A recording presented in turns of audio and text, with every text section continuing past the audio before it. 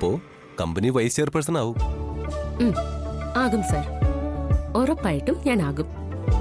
ഈ ആത്മവിശ്വാസമാണ് ഒരു സ്റ്റുഡന്റിന് വേണ്ടത്. തന്റെ ഈ ആത്മവിശ്വാസം കാണുമ്പോ എനിക്ക് ഉറപ്പ് തന്നെയാ താൻ തന്നെയാവും കമ്പനി മേധാവി. അപ്പൊ ശരി, ഞാൻ ഇറങ്ങുക. കുട്ടി നന്നായിട്ട് പഠിക്കണം. സർ, ഒരു മിനിറ്റ്. എന്താ എന്താ ശ്യാമേ? അല്ല, അത് ടീച്ചറില്ലേ, ടീച്ചർ സാറിന്റെ തോളത്ത് തട്ടിയല്ലോ. അതിനെന്താ, എന്തു പറ്റി? ഏയ്, ഒന്നും ഉണ്ടായിട്ടല്ല, ഞാൻ ചുമ്മാ ചോദിച്ചെന്നേ ഉള്ളൂ. എന്ത്? എന്റെ തോളത്ത് തട്ടിയതുകൊണ്ട് എനിക്ക് വിഷമായോ? ഏയ്, എനിക്കെന്താ വിഷമം? ഞാൻ ചുമ്മാ ചോദിച്ചെന്നേ ഉള്ളൂ. ഇപ്പോഴത്തെ പിള്ളേരുടെ രീതികളേത്? അവർ തോളത്ത് തട്ടും, എടാ പോടാന്ന് വിളിക്കും, ചിലപ്പോ ഹഗ്ഗും ചെയ്യും. ഹഗ് ചെയ്യോ? ചേടാ, അവര് പക്ഷെ ഫ്രണ്ട്ലി രീതിയിലാ, വേറെ മോശമായ ചിന്തയൊന്നും കാണില്ല. അവരൊക്കെ ഓപ്പൺ അല്ലേ?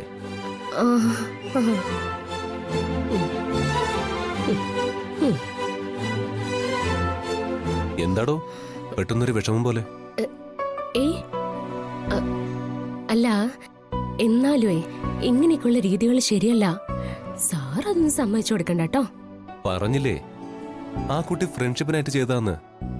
അല്ല, എനിക്കതറിയാം, നല്ല ടീച്ചറാ. എന്നാലും ഞാനൊന്ന് പൊതുവായിട്ട് പറഞ്ഞെന്നേ ഉള്ളൂ. ഞാനൊരു കാര്യം ചോദിക്കട്ടെ? എന്താ സർ? ഇനി അഥവാ ആരെങ്കിലും ഫ്രണ്ട്ലി അല്ലാത്ത രീതിയിൽ എന്റെ തോളിൽ കൈയിടാൻ വന്നിരിക്കട്ടെ, താൻ എന്ത് ചെയ്യും? കരയൂ? ഏയ്, ഞാൻ കരയില്ല സർ. പിന്നെ? ഞാൻ കൊല്ലും.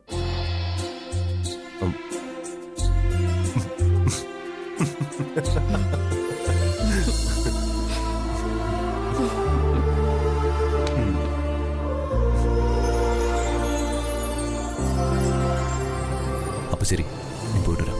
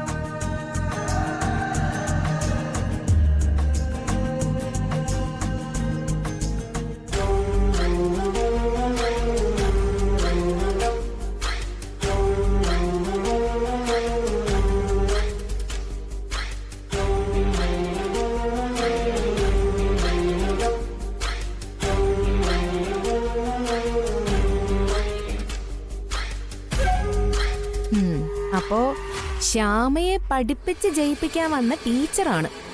അതെ, ഇന്നലെ വരെ അവളെ ചിലരൊക്കെ കൂടി തോൽപ്പിക്കാൻ ശ്രമിച്ചു. ഒക്കെ ഞാൻ അറിഞ്ഞു. ഏറ്റവും മികച്ച രീതിയിലായിരിക്കും ഞാൻ അവളെ പഠിപ്പിക്കാൻ പോകുന്നത്. ശ്യാമയായിരിക്കും ഇവിടുത്തെ കമ്പനിയിലെ വൈസ് ചെയർപേഴ്സൺ ആവാൻ പോകുന്നത്. ആ രീതിയിൽ മികച്ച കോച്ചിങ്ങാ ഞാൻ അവൾക്ക് കൊടുക്കാൻ പോകുന്നത്. ഉറപ്പാണോ? സംശയം എന്താ? ഉറപ്പ്.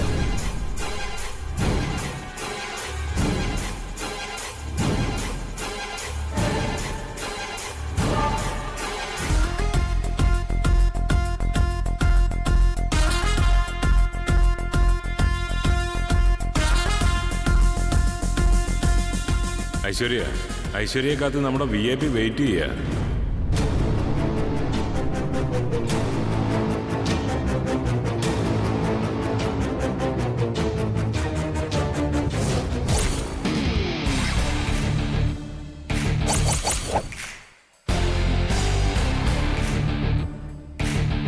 ഇതാണ് ഐശ്വര്യ, ഞാൻ പറഞ്ഞില്ലേ വന്ദന, ഇനി നമ്മുടെ ടീമിലെ പ്രധാന അംഗം. ഹലോ. ശ്യാമയുടെ ടീച്ചറായിട്ട് ആ വീട്ടിൽ കടന്നു കയറാൻ പോകുന്നത് വന്ദനയാ. വന്ദന, അവിടെ ആനന്ദ നിലയത്തിൽ വന്ദനയുടെ ലോക്കൽ ഗാർഡിയൻ ഐശ്വര്യയാ. അഖില് ശ്യാമയ്ക്ക് വേണ്ടിയിട്ട് അക്കാഡമിയിൽ രജിസ്റ്റർ ചെയ്തിരുന്നല്ലോ. വീട്ടിൽ താമസിച്ച് പഠിപ്പിക്കുന്ന ഒരു ഇൻസ്ട്രക്ടർ വേണമെന്ന് അക്കാഡമിയിലെ മാനേജർക്ക് എന്നെ അറിയാം. ഞാനും വർമ്മ ഗ്രൂപ്പും തമ്മിലുള്ള ശത്രുതയും അറിയാം. അക്കാഡമി മാനേജർ ഉടനെ തന്നെ എന്നെ വിവരവും അറിയിച്ചു. വന്ദന അക്കാഡമിയുടെ ആളും കൂടിയാ. വന്ദനയോട് നമ്മുടെ ഡിമാൻഡ്സ് ഒക്കെ ഞാൻ പറഞ്ഞിട്ടുണ്ട്. പ്രധാനമായും 2 കാര്യങ്ങളാണ് വന്ദന ഞങ്ങൾക്ക് വേണ്ടി ചെയ്തു തരേണ്ടത്. ഒന്ന്, ശ്യാമയെ ഒരിക്കലും ജയിക്കാത്ത രീതിയിൽ കാര്യങ്ങൾ പഠിപ്പിച്ചെടുക്കുക. അവള് പൊട്ടിയ, അവൾക്ക് ഒന്നും മനസ്സിലാവില്ല. ആ അങ്കിളെ, ആ ഫോണൊന്ന് എടുത്തു തരാവോ?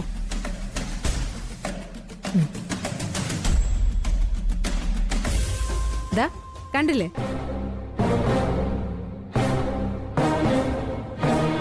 മണ്ടിയാണെന്ന് മുഖത്ത് എഴുതി വെച്ചിട്ടില്ലേ?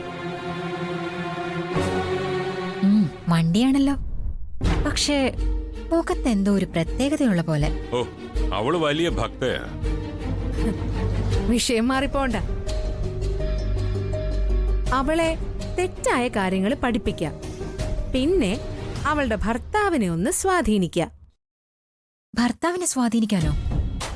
ഭർത്താവെന്ന് വെച്ചാ അവൾക്കും, ഭാര്യ എന്ന് വെച്ചാ അവനും ഭ്രാന്ത. അവന്റെ പേര് അഖിൽ. ദാ.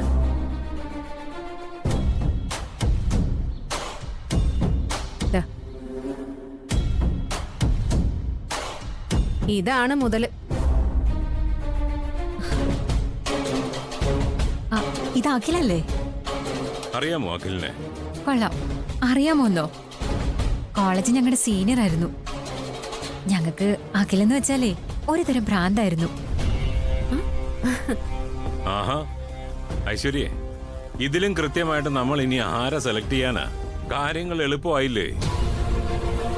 സത്യം പറഞ്ഞ ഞാൻ നിങ്ങളോടാ നന്ദി പറയേണ്ടത്, ഇങ്ങനൊരു സിറ്റുവേഷൻ ഒരുക്കി തന്നതിന്. പഠിക്കുമ്പോഴേ അഖിലിനോട് സമയം സ്പെൻഡ് ചെയ്യണമെന്ന് മോഹം ഉണ്ടായിരുന്നു. അന്ന് ആഗ്രഹിച്ചത് ഇന്നിത് നടക്കാൻ പോവുക. എന്തായാലും അഖിലിനെ ഞാൻ അവിടെ വെച്ച് തിരിച്ചറിയുന്നത് പോലെ കാണിക്കൂ. അതുപോലെ തന്നെ. ഇനി ഒന്നും പറയണ്ട, കാര്യങ്ങളൊക്കെ എനിക്ക് വ്യക്തമായി. ജഗൻ സർ. എന്താ വന്ദന? ജഗൻ സാറിന്റെ എതിരാളിയായ വർമ്മയുടെ കമ്പനിയുടെ ഭാവി ചെയർപേഴ്സണാ ഈ നിൽക്കുന്നത്.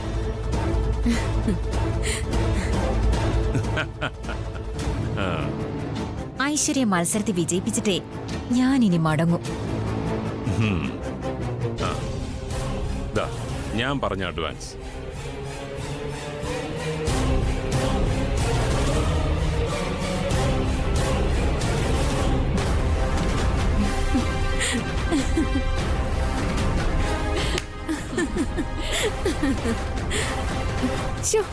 സമ്മതിച്ചിരിക്കുന്നു മോളെ, സമ്മതിച്ചിരിക്കുന്നു.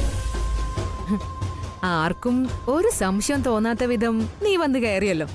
അങ്ങനെ ആർക്കും സംശയം തോന്നില്ലല്ലോ. കാരണം സംഭവം പ്ലാൻ ചെയ്തതും അവതരിപ്പിച്ചതും ഏറ്റവും മികച്ച കേന്ദ്രങ്ങളല്ലേ, ഐശ്വര്യയും ജഗന്നാഥനും. എന്തായാലും ഇതുവരെ കൃത്യമായി കാര്യങ്ങൾ നടന്നില്ലേ? ഇനി അങ്ങോട്ടും അങ്ങനെ തന്നെയായിരിക്കും. വന്ദന, എന്റെ ഓഫർ അറിയാലോ.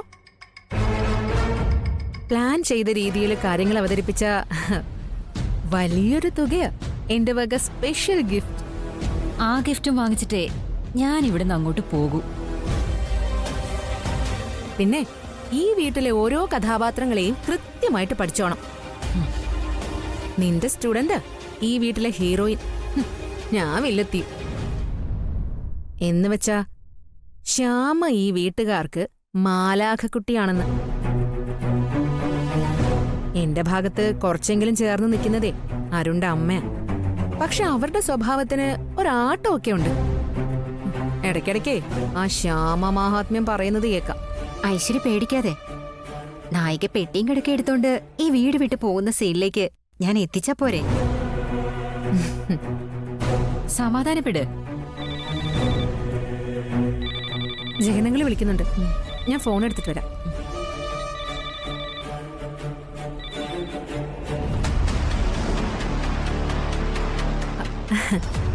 ഹലോ ജഗനങ്ങൾ. എല്ലാം കൃത്യമായിട്ട് തന്നെ വർക്കൗട്ട് ആയല്ലോ അല്ലേ? കേറു കൃത്യമാങ്കിളെ. ആ വന്ദനത ഇപ്പൊ എത്തി. ഫോൺ വന്ദനയ്ക്ക് കൊടുത്തേ. ശരി അങ്കിൾ. ദേ ജഗനങ്ങളിൽ സംസാരിക്കണമെന്ന്. Hello sir.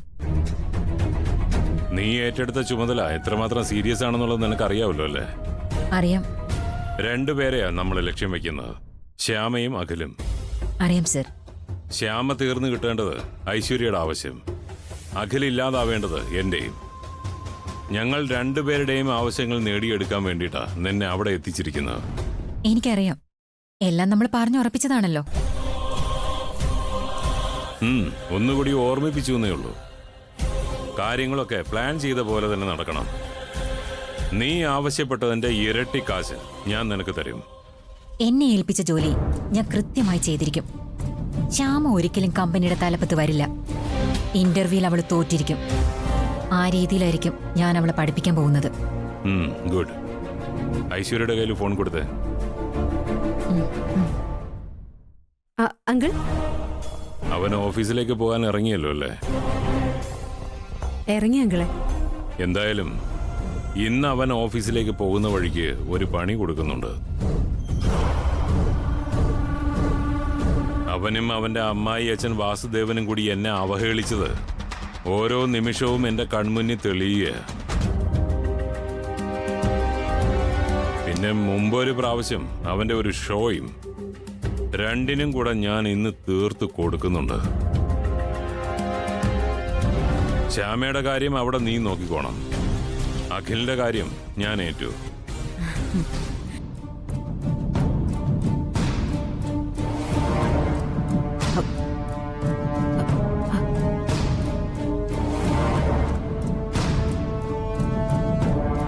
ശ്യാമ വരുന്നുണ്ട്. ഞാൻ ഫോൺ കിട്ടിയാണേ.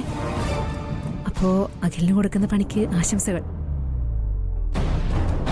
ഞാൻ എന്ത് ചെയ്യണമെന്ന് എനിക്ക് ശമ്പളം തരുന്നവർ തീരുമാനിക്കും. നമ്മൾ തമ്മിൽ കരാറൊന്നുമില്ലല്ലോ. കരാറ് കാണിച്ചാലേ ഈ വീട്ടിലുള്ള എല്ലാവർക്കും എന്തെങ്കിലും പറയാൻ പറ്റുന്നാണോ? ഞാൻ ഈ വീട്ടിലെ പ്രധാനപ്പെട്ട ഒരു അംഗം. എന്നോടാളാവാൻ വരണ്ട. എന്താ എന്താ ടീച്ചറെ? ഒന്നുമില്ല. ഇതൊക്കെ ഞാൻ നോക്കിക്കൊള്ളാം. പഠിപ്പിക്കുന്നതൊക്കെ കൊള്ളാം. മറ്റുള്ളവർക്ക് ശല്യമാകാതെ പഠിപ്പിക്കണമെന്ന്. ഒച്ചത്തി പഠിപ്പിച്ചാലേ ഇയാൾ ഇടപെടുമെന്ന്. ഇടപെടും. ഇടപെടുമെന്ന് വെച്ചാൽ ഇടപെട്ടിരിക്കും. ലോകത്തൊരിടത്തും ഇല്ലാത്തതുപോലെ ടീച്ചറെ വീട്ടിൽ താമസിപ്പിച്ച് ഹോം ട്യൂഷൻ. ജന്മനാ ബുദ്ധിയില്ലാത്തവന് ഇനി എത്ര ട്യൂഷൻ എടുത്താലും ജയിക്കാനൊന്നും പോകുന്നില്ല. ഒന്ന് നിന്നേ. എന്റെ ഈ സ്റ്റുഡന്റിനെ കൊണ്ട് തന്നെ മത്സരിപ്പിച്ച് തോപ്പിച്ചിരിക്കും. അല്ലെങ്കിൽ എന്റെ പേര് വന്ദനയെന്നല്ല. അങ്ങനെയാണെങ്കിലേ പുതിയൊരു പേര് ഇപ്പോഴേ കണ്ടുവച്ചോ. ഇവള് തോൽക്കും. ഞാൻ തോൽപ്പിക്കും. ഐശ്വര്യടുത്തി എന്തോ? പ്ലീസ് ശ്യാമ, ഞാൻ ഇന്ന് സന്തോഷത്തോടൊരു കാര്യം ആരംഭിക്കുക. അതിനിടയിൽ വിഷമം ഉണ്ടാക്കരുത്. അയ്യോ, ഞാനൊരു വിഷമം ഉണ്ടാക്കുന്നില്ലേ. ആ ഞാനിതാ പോവാ. ആ കുട്ടി കുട്ടി പഠിച്ചോളൂ. പഠിച്ച് പഠിച്ച് അമേരിക്കൻ പ്രസിഡന്റ് ആയിക്കോളൂ. അങ്ങനെ ഒരിടത്ത് എത്തുമ്പോ ഈ പാവത്തിനെ മറക്കരുത്. ഐശ്വര്യ, ശ്യാമ വന്നേ. ഐശ്വര്യയുടെ വെല്ലുവിളി ഞാൻ ഏറ്റെടുത്തിരിക്കുന്നു. ഈ ശ്യാമയുടെ കഴിവുകൾ എന്താണെന്ന് ഞാൻ ലോകത്തിന് കാണിച്ചു കൊടുക്കും. ഒരു ടീച്ചറിന്റെ ഏറ്റവും വലിയ സമ്പാദ്യം ശിഷ്യരാ. എന്റെ ഏറ്റവും മികച്ച ശിഷ്യയാകും ഞാൻ ശ്യാമയെ. ഇന്ന് ശ്യാമയെ കളിയാക്കിയവര് നാളെ ശ്യാമയെ കൈയെടുത്ത് തൊഴും. ഓ. കുറിച്ചിട്ടോ താൻ. ഉം.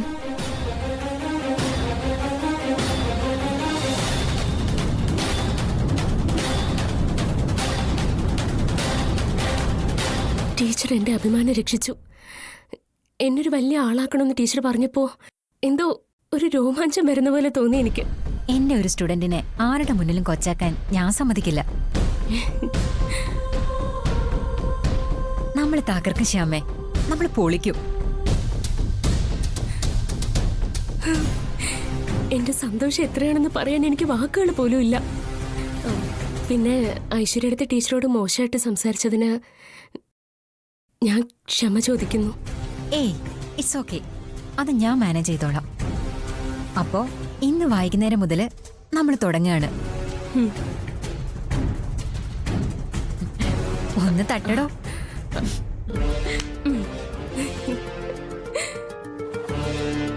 ശ്യാമയെ വന്ദന കൈകാര്യം ചെയ്തോളും. അഖിലിനുള്ളത് വഴിയിൽ ജഗന്നാഥൻ അങ്കിളും കൊടുക്കും. ഇന്നവൻ രക്ഷപ്പെടാൻ പാടില്ല. അവൻ ഇവിടെ എത്തുമ്പോ നിങ്ങൾ കൈ കാണിക്കണം.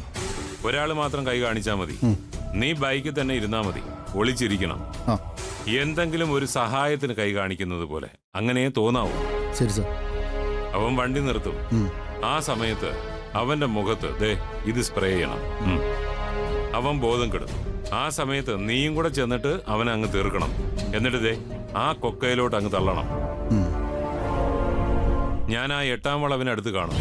ഫോണിൽ കൂടി വിവരങ്ങളൊന്നും പറയണ്ട, നേരിട്ട് അറിയിച്ചാ മതി. ഞങ്ങൾ ഏറ്റു. ഇത്തവണ കാര്യങ്ങൾ കൃത്യമായിരിക്കും. വാ.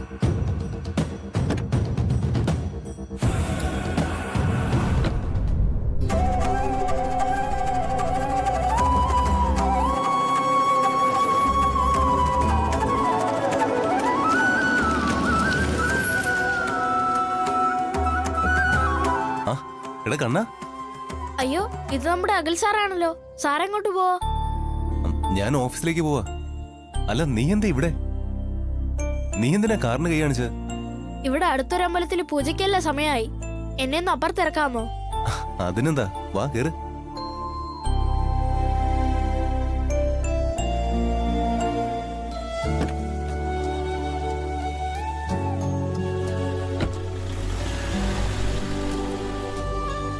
ക്ഷമിച്ച് ഹാപ്പി അല്ലേ സാറേ? ഹാപ്പിയടാ, വെരി വെരി ഹാപ്പി. പിന്നെ പ്രേമമൊക്കെ എങ്ങനെ പോകുന്നു? എന്താ? അല്ല, ക്ഷമിച്ചിട്ടുള്ള പ്രേമം അതെങ്ങനെ പോകുന്നു? അന്ന് കണ്ടപ്പോഴും നീ പ്രേമത്തെ കുറിച്ചാ സംസാരിച്ചത്. മുട്ടേന്ന് വിരിഞ്ഞിട്ടില്ല, അതിനു മുമ്പേ അവന്റെ ഒരു പ്രേമം. അല്ല സാറേ, വണ്ടി ഓടിക്കുമ്പോഴേ അധികം സംസാരിക്കണ്ട. മുമ്പോട്ട് ശ്രദ്ധിച്ച് ഓടിക്കണം. അങ്ങനെ ഓടിക്കാവൂ. അതുപോലെ ലിഫ്റ്റ് ചോദിക്കുന്നവരാരായാലും ആരാണെന്ന് മനസ്സിലാക്കിയേ വണ്ടിയിൽ കയറ്റാവൂ. അതെന്താ? നാട്ടിൽ മൊത്തം കുഴപ്പക്കാരാ സാറേ. സാറ് പത്രത്തിലൊന്നും വായിച്ചില്ലേ? എന്തോന്ന്? ഈ വഴിയിൽ വലിയ രീതിയിൽ ഗുണ്ടാശല്യമാണെന്ന്. ആണോ? പിന്നെ കാറിൽ വരുന്നവരെ ലിഫ്റ്റ് ചോദിച്ച് തടയും. നിർത്തുമ്പോ മുഖത്ത് മയക്കുമരുന്നടിക്കും. തീർന്നില്ലേ? സത്യമാണോ? അതറിയില്ല, ഞാൻ പത്രത്തിലൊക്കെ വായിച്ചതാ. എന്തായാലും നമുക്ക് നോക്കാം.